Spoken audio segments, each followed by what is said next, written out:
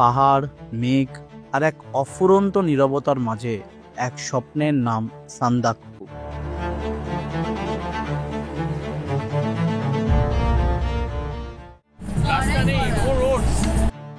এটা শুধু পশ্চিমবঙ্গের সবচেয়ে উঁচু শৃঙ্গ নয়, এটা এক অনুভূতি।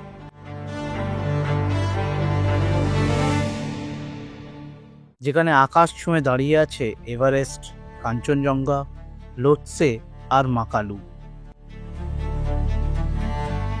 আর সেই স্বপ্নের পথে সঙ্গী হয় পুরোনো দিনের ক্লাসিক ল্যান্ড রোভার।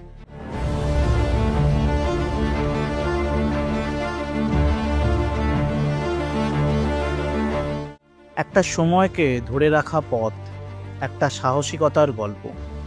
এটাই সান্দাকফু, ল্যান্ড রোভারের দেশ।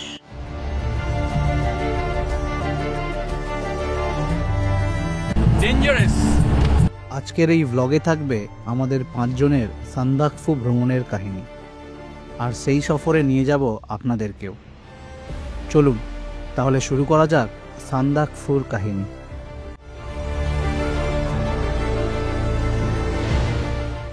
আমি শুভজিৎ। আমি বৈশাখী। আমি সুমিত। আমি শ্রাবণ, ল্যান্ড রোভারের ভেতর থেকে। আর আমি অরিজিৎ। আপনাদের সকলকে ওয়েলকাম করছি আমাদের এই চ্যানেল এক্সপ্লোর উইথ অরিজিতে।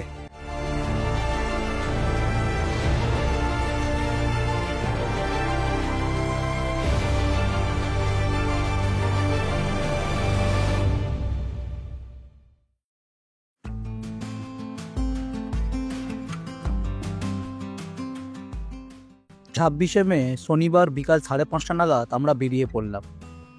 শিয়ালদা থেকে ঠিক 7:40 উত্তরবঙ্গ এক্সপ্রেস আমাদের নিয়ে এগিয়ে গেল এনজিপির দিকে। এনজিপি চাইলে আপনি ফ্লাইটে বা বাসেও যেতে পারেন। কলকাতার এসপ্ল্যানেড থেকে বাস ধরে শিলিগুড়ি বা এনজিপি পৌঁছে যান, অথবা ফ্লাইট নিয়ে বাগডোগরা এয়ারপোর্ট এসে যান। তবে সবচেয়ে সস্তা যেতে চাইলে ট্রেনটা বেস্ট।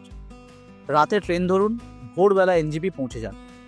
হাওড়া বা শিয়ালদা থেকে অনেক ট্রেন আছে যেটা আপনাকে শিলিগুড়ি বা এনজিপি পৌঁছে দেবে।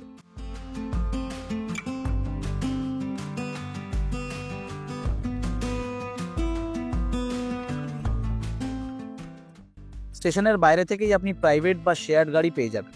আপনার বাজেট অনুযায়ী আপনি প্রাইভেট ক্যাব বা শেয়ার্ড ক্যাব বুক করে নিন। এনজিপি থেকে গাড়ি নিয়ে আপনাকে পৌঁছতে হবে মানেগঞ্জ, এবং সেখানকার ল্যান্ড রোভার বুকিং অফিস থেকে ল্যান্ড রোভার বা বোলেরো বুক করে পৌঁছে যাবেন সান্দাকফু। সকাল 6:40 আমরা এনজিপি স্টেশনে এসে নেমেছি। আর ট্রেন 10 মিনিটের মতো লেট হয়েছে। এবার এখান বাইরে বেরোচ্ছি, গাড়ি বুক করা আছে, গাড়ি এসে গেছে। একদম ঝকঝকে চকচকে ইনোভা নিয়ে এনজিপি স্টেশন থেকে আমাদের রিসিভ করলেন সঞ্জয় দা। দেবভূমি ট্রাভেলসের প্রবীরদা আমাদের সব রকম আবদার মেনে আমাদের এই ট্রিপের বুকিংগুলো করে দিয়েছে। ওনার ফোন নাম্বার ডেসক্রিপশনে দিয়ে রাখলাম।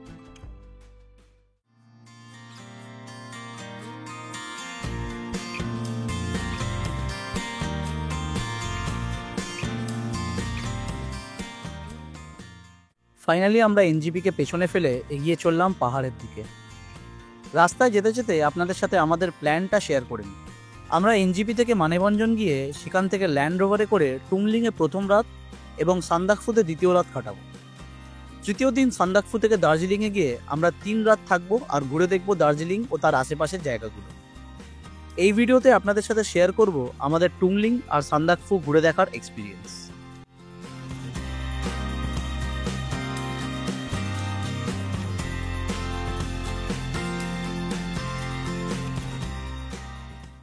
আমাদের দায়িত্ব দেবভূমি ট্রাভেলস নিলেও আপনাদের সাথে আমি গাড়ি ভাড়া, হোটেল ভাড়া ও অন্যান্য যাবতীয় খরচা কোথায় কিরকম পড়তে পারে তা সব শেয়ার করব।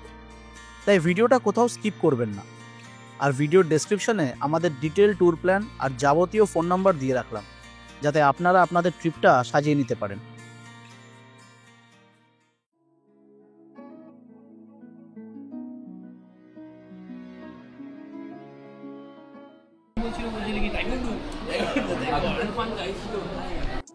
কিছুটা এগিয়ে সবার আগে ব্রেকফাস্টটা সেরে ফেললাম। সঞ্জয়দা একটা রেস্টুরেন্টের সামনে দাঁড় করালো, আর চটপট চিকেন ম্যাগি আর মোমো দিয়ে একটু পেট ভরিয়ে নিলাম।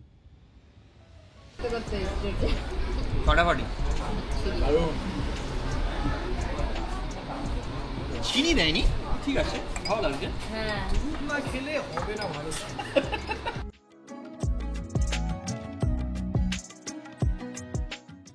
সান্দাকফু যাওয়ার জন্য আমাদের পৌঁছতে হবে মানেভঞ্জন। এনজিপি থেকে মানেভঞ্জন যাওয়ার দুটো রাস্তা, একটা সুখিয়া পুকুরি হয়ে আর একটা মিরিক হয়ে। সুখিয়া পুকুরি হয়ে গেলে ডিস্টেন্স পড়বে 85 কিলোমিটার, আর মিরিক হয়ে গেলে 10 কিলোমিটার কম ডিস্টেন্স ট্রাভেল করতে হয়। আমরা মিরিক হয়ে যাচ্ছি, টাইম লাগবে 3 থেকে 3.5 ঘন্টার মতো। সেখান থেকে এই গাড়ি ছেড়ে দিয়ে ল্যান্ড রোভার নিয়ে আমাদের যেতে হবে সান্দাকফু। তবে আমরা আজকেই সান্দাকফু যাব না, আজকের রাতটা স্টে করব টুমলিংয়ে, আর কাল সকালে যাব সান্দাকফু। एनजीपी से दार्जिलिंग जाने के लिए हाँ, इनोवा में है 4,000 रुपया इनोवा में 4,000 जी, और इसमें और ये सोमो बोलेरो में है आपका 3,500। अच्छा, और मानेभंजन तक का माने भंजन का 4,500 रुपया सुमो बोलेरो का, इनोवा का, इनोवा का। और ये आपका सोमो बोलेरो में 4,000 रुपया अच्छा माने भंजन जाने के लिए। अच्छा उसमें एसी इंक्लूड आएगा उसमें। আচ্ছা, এতে এসিটাও ইনক্লুডেড।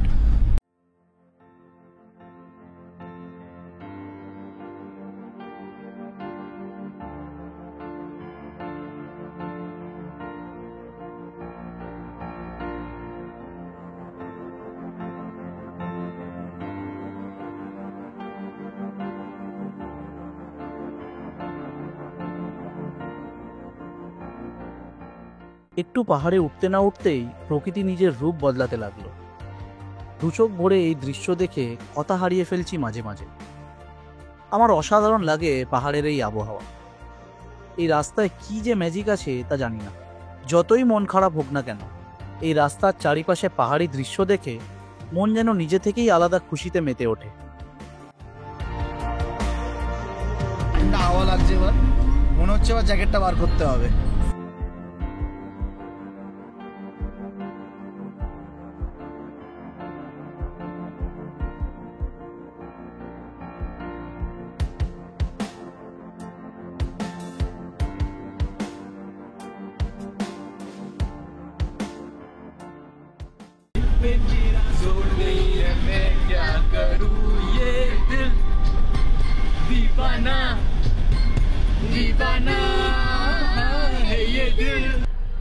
এইখানে এই জায়গাটা যে সবচেয়ে উঁচু পাহাড়, ওটাই হচ্ছে টংলু।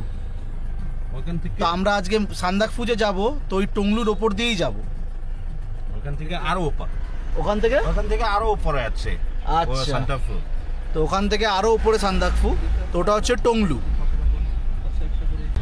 ये जो पिलर है ना यहाँ पे आगे में, ये पिलर हाँ पिलर दिख रहा है, हाँ। वो ये सीमाना, ये पिलर, ये पिलर पिलर में देखा भारत लिखा है ना। মানে এই পিলারটা হচ্ছে আমাদের ভারত নেপাল বর্ডার। এই পিলারে ভারত লেখা আছে, এই দিকটা হচ্ছে ইন্ডিয়া আর ওই দিকটা হচ্ছে নেপাল।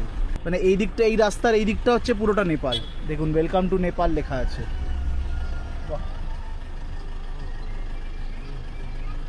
वो सब नेपाल में है, लेकिन गाड़ी रखा है इंडिया का।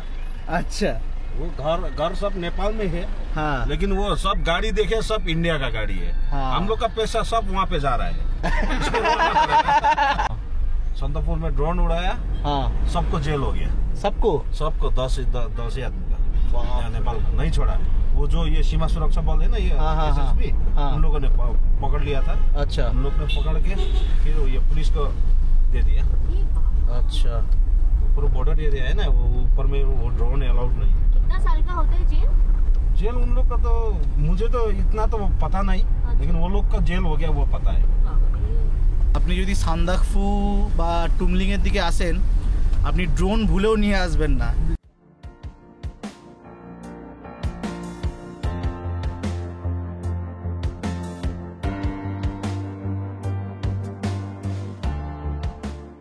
वही पहाड़ होके एकदम ऊपर संदापुर पहुंच जाएगा। अच्छा। वो सबसे टॉप वाला पीक दिख रहा है, वो है टंगलू। अच्छा, सबसे टॉप वाला जो पीक है।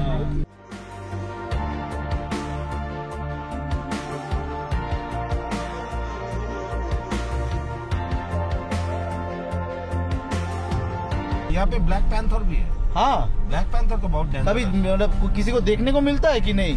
कभी कभी मिलता है, जो कोई कोई जो टूरिस्ट आता है ना उन लोग का नसीब जिसका अच्छा है हाँ। उसको मिलता है। और अच्छा। हम लोग के लिए तो कॉमन हो गया, हम लोग को तो मिलता ही रहता है। ফাইনালি মানেভঞ্জন ঘুষ গিয়া। माने फाइनली তো ফাইনালি আমরা মানেভঞ্জন এসে গেছি।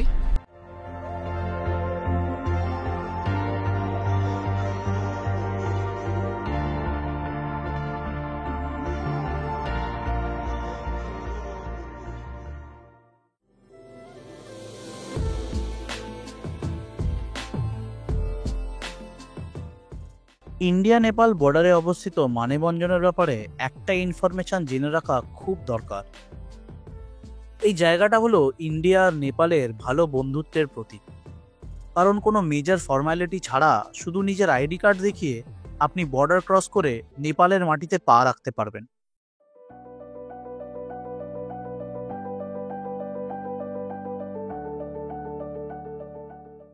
মানেভঞ্জনে আরেকটা গুরুত্বপূর্ণ জিনিস হলো এখানকার গর্ব ওল্ড জেনারেশন সিরিজ 2 আর 3 এর ল্যান্ড রোভার।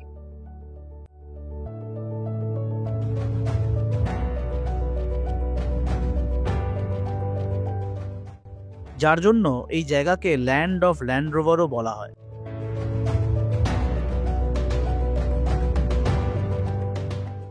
গাড়িগুলো 70-80 বছর পুরনো হলেও এখানকার রাস্তায় এরা দিব্যি চলে।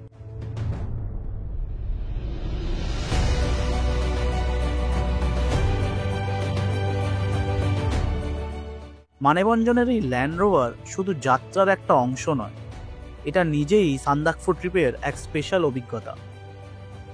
আর এতে করেই আমরা ঘুরে দেখব সান্দাকফু।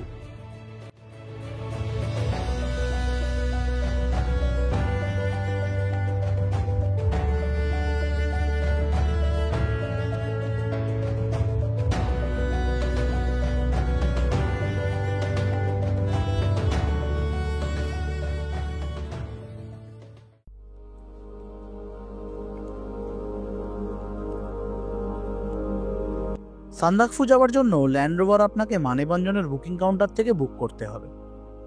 এখন এই রাস্তায় ল্যান্ড রোভার ছাড়াও চলে কিছু বোলেরো গাড়ি। টোংলু, টুমলিং, সান্দাকফু বা ফালুট আপনি যেখানেই যান না কেন এখান থেকেই আপনাকে গাড়ি ভাড়া করতে হবে। এখানে বিস্তারিত গাড়ি ও ড্রাইভারের পার ডে রেট দেওয়া আছে প্রতি জায়গা ও দিনের হিসাবে। আপনাদের সুবিধার জন্য আমি স্ক্রিনে সেটা দিয়ে রাখলাম। এখানে আমাদের সবার আইডি প্রুফ এবং একটা ফর্মে গাড়ির নাম্বার, ড্রাইভারের নাম আর ফোন নাম্বার লিখে জমা করতে হলো।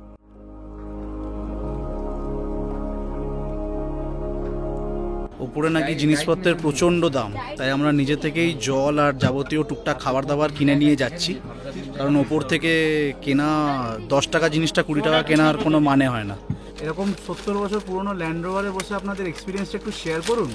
ভালোই লাগছে। আমাদের তো ভালো লাগছে, হয়তো 10-15 মিনিট পর খারাপ লাগতে পারে। কেন? এরম এরম ভাবো। Full body relax.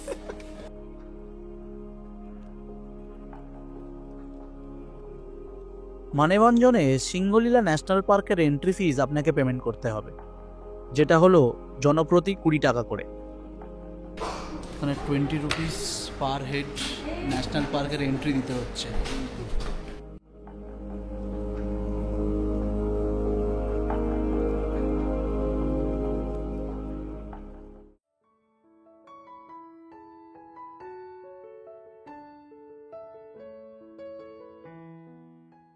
রাস্তায় যেতে যেতে ভালো করে আপনাদের গাড়ি ভাড়াটা আরেকবার বুঝিয়ে দিই।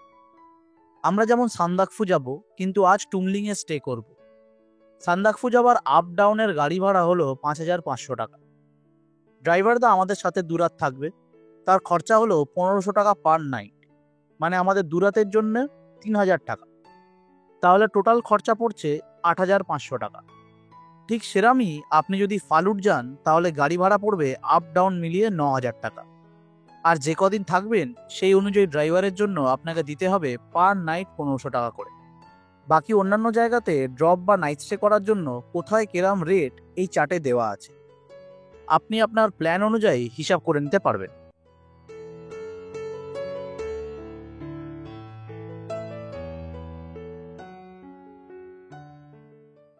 দেখতে দেখতে আমরা আজকে আমাদের ফার্স্ট পয়েন্টে এসে গেছি, সেটা হচ্ছে চিত্রে। এখানে বেশ ভালোই ঠান্ডা লাগছে আমাদের। মানেভঞ্জন থেকে সান্দাকফু যাওয়ার রাস্তায় প্রথম গ্রাম হলো চিত্রে। এখানে কিছু হোটেল আর হোমস্টে আছে, আপনি চাইলে এখানেও থাকতে পারেন। আমি ডেসক্রিপশনে কিছু হোটেলের নাম ও ফোন নাম্বার দিয়ে রাখলাম আপনার সুবিধার জন্য। এখানে দেখার জন্য রয়েছে একটা গম্বুজ,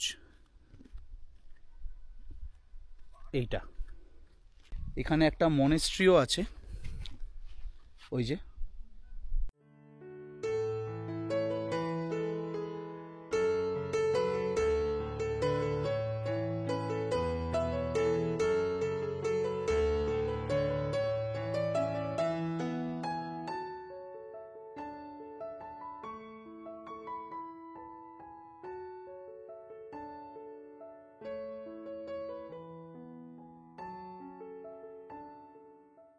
তো এইটা হলো চিত্রে মনেস্ট্রি।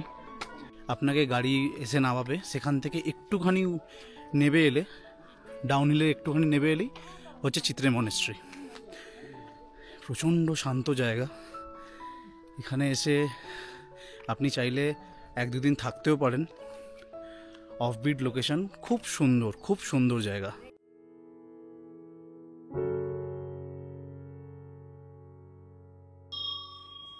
মনেস্ট্রিটা একটু নিচে তো, তাই গাড়ি আমাদের যেখানে নামিয়েছিল সেখানে আবার ফিরে যাওয়াতে বেশ অনেকটা চড়াই, অনেকটা হেঁটে উঠতে হচ্ছে। তো নিঃশ্বাস ফুলে উঠছে আমাদের।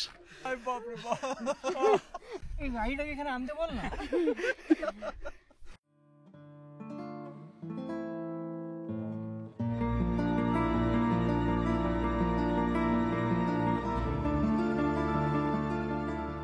এই রাস্তায় প্রচুর এসএসবি চেকপোস্ট আছে, যেখানে আপনাকে আইডি কার্ড দেখিয়ে এগিয়ে যেতে হবে। তো ধ্যান রাখবেন যে ওই এসএসবি চেকপোস্টের আশেপাশে আপনি ভিডিও করবেন না।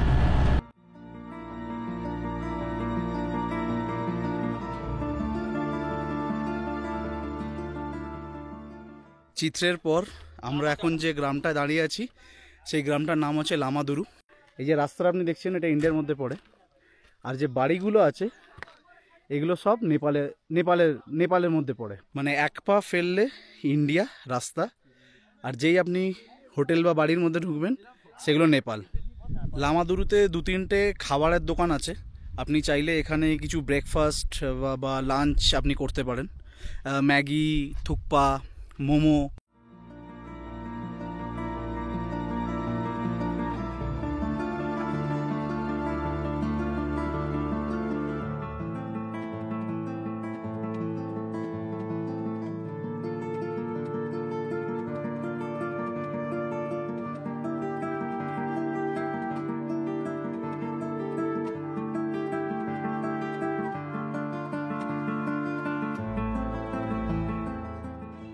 এখন আমরা লামাদুরা থেকে একটু এগিয়ে এসেছি।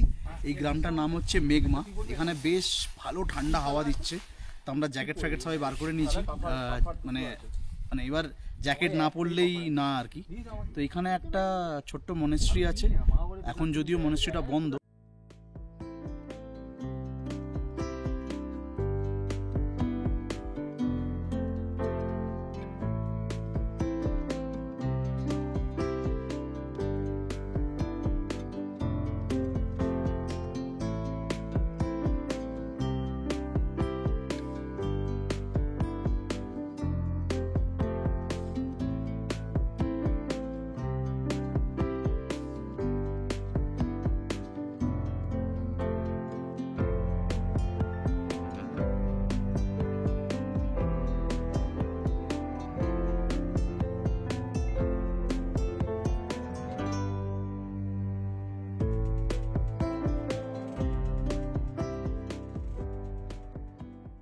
এখন দাঁড়িয়েছি আমরা আরেকটা ছোট্ট গ্রাম টংলু।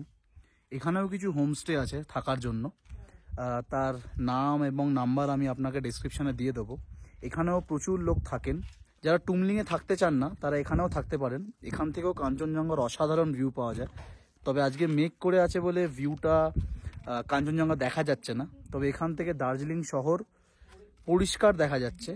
খুব সুন্দর লাগছে, ঠান্ডা হাওয়া দিচ্ছে, হাত ফাত জমে যাচ্ছে, কান ফান ঠান্ডা হয়ে গেছে। এবার টুপি ছাড়া আর বেশিক্ষণ থাকতে পারবো না। এখন দুপুর 3টে বাজে, এখনো লাঞ্চ হয়নি আমাদের। সেই মোমো আর ম্যাগি খেয়ে আমরা এখনো এগিয়ে চলেছি। যেখানে দাঁড়াচ্ছি সেখানে প্রায় আধ ঘন্টা 40 মিনিট ধরে আমরা ফটো তুলছি, ভিডিও করছি। প্রত্যেক কটা লোকেশন এতটা সুন্দর যে ভিডিও আর ফটো না তুলে থাকতে পারছি না।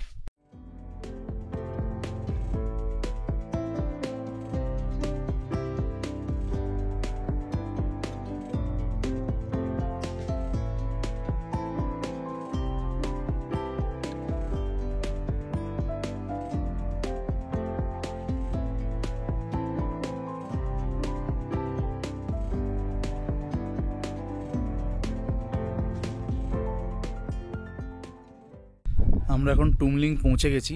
পেছনে যে হোটেলটা আপনি দেখছেন সেটা হচ্ছে আমাদের গ্রিন হিল প্যারাডাইস। আজকে আমাদের নাইট স্টে টুমলিংয়েই হবে এই হোটেলে। হোটেলটা কিন্তু আমাদের নেপালের মধ্যে অবস্থিত, মানে এটা ভারতের মধ্যে পড়ে না, এটা নেপালে পড়ে। ইনফ্যাক্ট এই দিকের পেছন দিকে যত পাহাড় আছে, এই দিকটা যত, এই পুরো দিকটা হচ্ছে নেপালের মধ্যে অবস্থিত।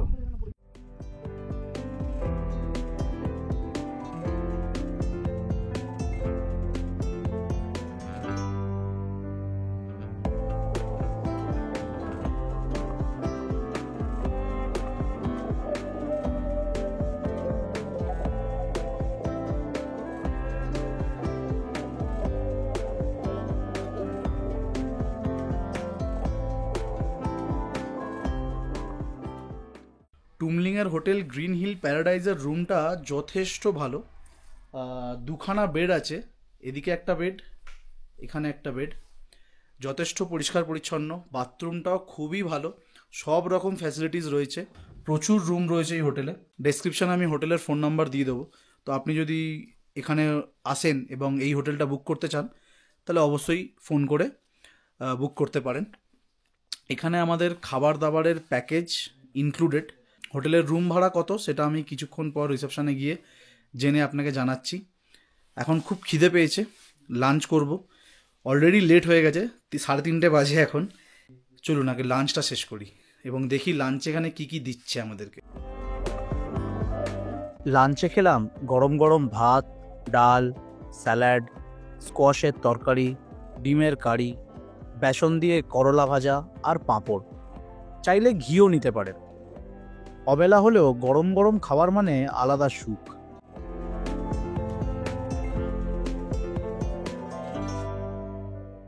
তো এখানে থাকা আর খাওয়া মিলিয়ে যে রুমগুলো আমরা আছি সেই রুমগুলোর ভাড়া হচ্ছে 1600 টাকা। গ্রাউন্ড ফ্লোরে আর ফার্স্ট ফ্লোরে যে রুমগুলো আছে সেগুলো হচ্ছে 1400 টাকা। সব কিছুই হচ্ছে ফুডিং এবং লজিং ইনক্লুডেড। আপনাকে ব্রেকফাস্ট দেওয়া হবে, ডিনার দেওয়া হবে, লাঞ্চ দেওয়া হবে, আর সন্ধ্যেবেলা একটা স্ন্যাক্স দেওয়া হবে। পার হেড কস্ট হচ্ছে 1400, গ্রাউন্ড ফ্লোর আর ফার্স্ট ফ্লোর। আর আমরা যে ফ্লোরটায় আছি টপ ফ্লোরে, ওই রুমগুলোর ভাড়া হচ্ছে 1600 টাকা পার হেড। এখানে গ্রিন হিল প্যারাডাইস ছাড়াও কিন্তু আরও কিছু হোমস্টে আছে, তার নাম আর ফোন নাম্বার আমি ডেসক্রিপশানে দিয়ে রাখছি। আপনারা চাইলে ফোন করে বুকিং করে নিতে পারবেন। এইটা হলো ইন্ডিয়া আর নেপালের বর্ডার। এই পিলারের এই দিকটা হচ্ছে ইন্ডিয়া আর ওই দিকটা হচ্ছে নেপাল। তো হিসাব মতো দেখতে গেলে আমাদের হোটেলটা হচ্ছে এই রাস্তায়। তো আমাদের হোটেলটা কিন্তু অ্যাকচুয়ালি নেপালে সিচুয়েটেড।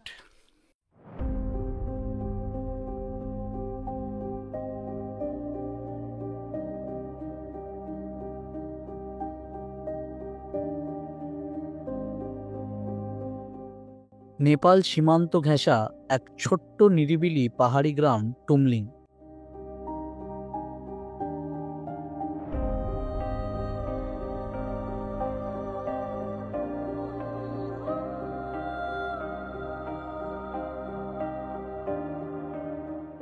টুমলিংয়ের এই শান্ত পরিবেশ, ঝিরঝির হাওয়া আর দূরের মেঘমালা যেন মন ছুঁয়ে যায়।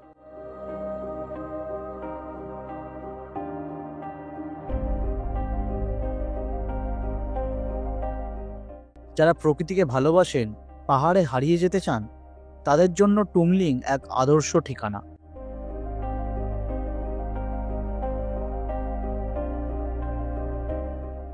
অবশেষে মেঘ একটু ক্লিয়ার হয়েছে, রোদও উঠেছে এবং কাঞ্চনজঙ্ঘার হালকা ঝলক আমরা দেখতে পাচ্ছি। মানে এখনও মেঘে ঢেকে আছে, তাও কিছুটা দেখা যাচ্ছে। টুমলিংয়ে আসা আমাদের সার্থক হলো কাঞ্চনজঙ্ঘা দেখে। দেখুন আপনারা কাঞ্চনজঙ্ঘা।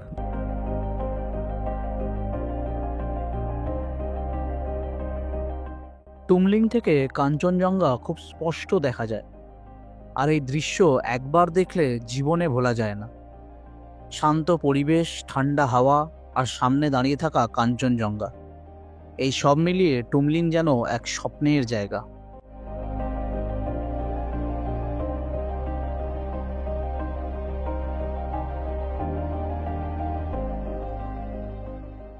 আজকে আমরা শিলিগুড়ি নামলাম, আজকেই আমরা টুমলিং পৌঁছলাম, এবং টুমলিং পৌঁছে কিছুক্ষণের মধ্যেই আকাশ পরিষ্কার হলো এবং আমরা ক্লিয়ারলি কাঞ্চনজঙ্ঘা দেখতে পেলাম। তো তোমাদের কেমন লাগছে সেটা বলো।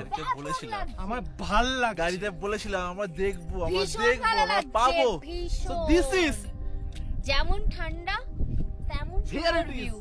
হাওয়াই চড়িটা। আমি একবার চেষ্টা করছি একটা ঢিল মারার, যদি কাঞ্চনজঙ্ঘায় পৌঁছায় এই ঢিলটা দিয়ে। দেখি দে।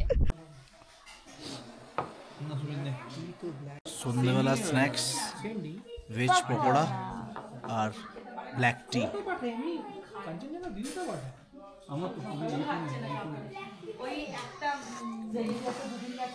প্রথমের দিকে আমরা ভাবিনি যে টুমলিংয়েও এত ঠান্ডা হবে।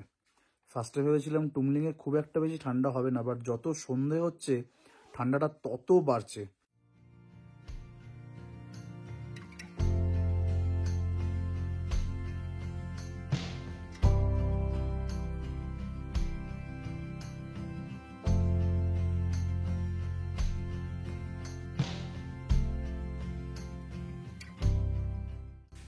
এখন এখানে 8টা বাজে, আমরা ডিনার করতে যাচ্ছি। কিছু করার নেই, কারণ এখানে 7:30 থেকে 8:30টার মধ্যে ডিনার শেষ করে নিতে হবে।